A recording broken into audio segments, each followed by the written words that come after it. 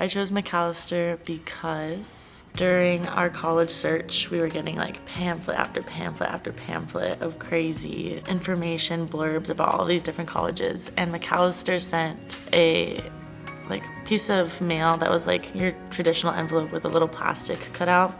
And it was like literally blah, blah, blah, blah, blah. Student-teacher ratio, blah, blah, blah, blah, blah. Indoor plumbing, blah, blah, blah. And it was like weird and funny and also like exactly what I wanted to see. Like they were making fun of themselves, but also still had all of the things that you were looking for. So then I had a meeting with Rupali, who's a professor in the environmental studies department.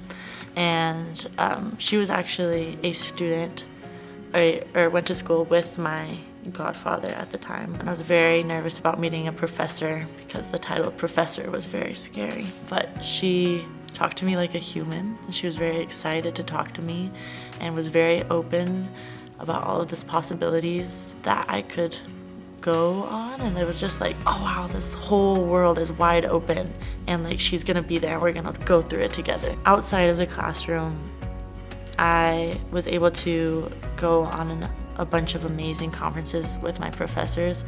The reigning experience was going to COP28 with Rupali. We went to Dubai, which is the farthest I have ever been. I got to be, I felt like, at the nexus of the global environmental movement and understand what high level climate negotiations looked like. And I never thought in my wildest dreams that I would be a participant or even an observer of these negotiations.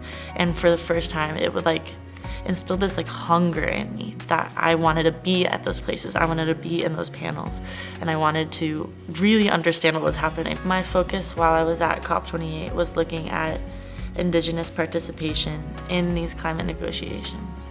And my big takeaway from that conference was that they were not in the high-level negotiations. And so when I left that conference, I was always looking for participation and the way that we incorporate our communities into science and policy making, and at every single level, how are we incorporating the people that are impacted by the policies that we make, whether it is directly or whether the impact on those communities is a side effect. I think the beauty of Macalester and the way that our classes are situated is that everybody is scattered and everybody has something that they're a little bit more focused on, but then you bring it back to one space and you can see that rejection of the siloed system, and you bring together this harmony of knowledge that creates something that is so unique